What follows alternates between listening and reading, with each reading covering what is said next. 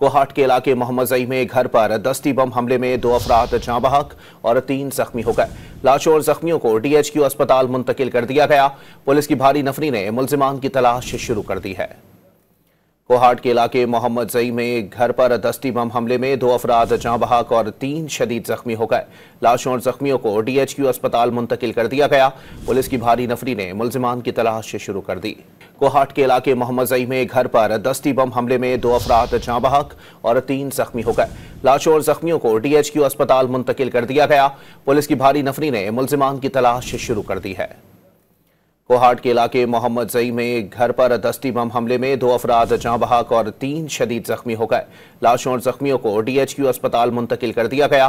Police की भारी नफरी ने मुल्जिमान की तलाश शुरू कर दी।